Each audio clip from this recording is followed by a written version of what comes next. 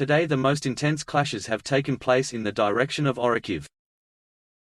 First, more information has come about the results of yesterday's attacks. As far as Lobkov is concerned, if yesterday Russian sources claimed that this village is in the grey zone, today Russian sources have confirmed that the Ukrainians have established full control over the settlement and have begun to advance further. It was reported that in order to capitalize on these tactical gains, the size of the assault group has doubled. Yesterday, the Ukrainians used 4 Humvees and 2 tanks, while today, the Ukrainians reportedly had 8 Humvees and 4 tanks. If we look at the topographic map, we can see that this time the Russians have a tactical advantage, so in order to overcome it, the Ukrainians need to fix the Russian troops at the same time while shortening the distance as quickly as possible, which is now possible to do by moving through Lobkov. As regards the attacks south of Orikhiv, more information was also available here.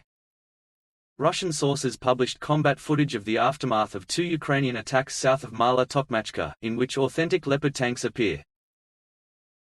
During the first attack, the Ukrainians used about 9 teams, and during the second, about 11.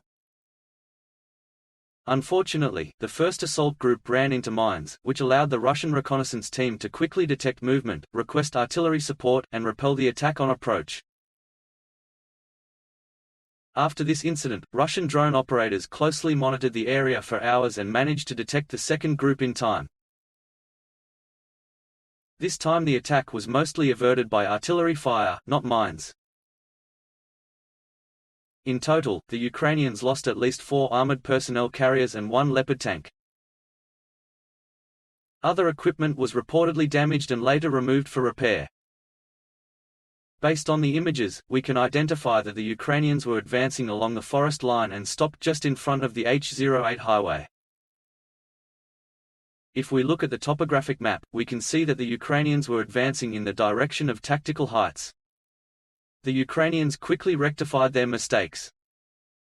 Recently released images show how yesterday the Ukrainians used the M58 to demine problem areas. The Ukrainians also carried out demining in multiple regions because otherwise, the Russians would know that the Ukrainians only have one viable path. The Ukrainians also launched the attack before dawn to complicate early detection of troops, and the tactic worked. Today Russian sources reported that the first Ukrainian assault group managed to reach the first line of defense and begin hand-to-hand combat. It turned out that the Ukrainians chose the area right in the middle of 2 different Russian companies, which allowed the Ukrainians to exploit the lack of coordination in this section of the front line. Reportedly, after seizing a foothold, the Ukrainians reinforced the strike group with 10 armored fighting vehicles, including several tanks, and about 100 soldiers to support 5 lines of attack. By 5 a.m., Russian sources reported that they had lost 1 tactical level, meaning that Russian forces had also been successfully divided.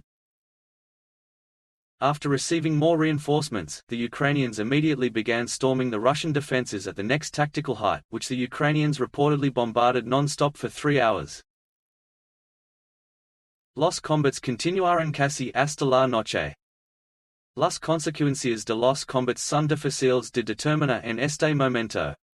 Las principales fuentes rusas informaron que los ucranianos no consiguieron tomar más posiciones.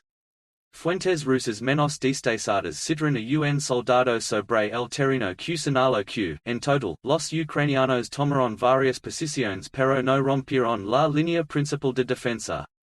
Un soldado ucraniano sobre el terreno informó que por fin podían ver el paisaje con prismáticos, lo que confirmaba aún más que se habían tomado con éxito nuevas alturas tácticas en la región.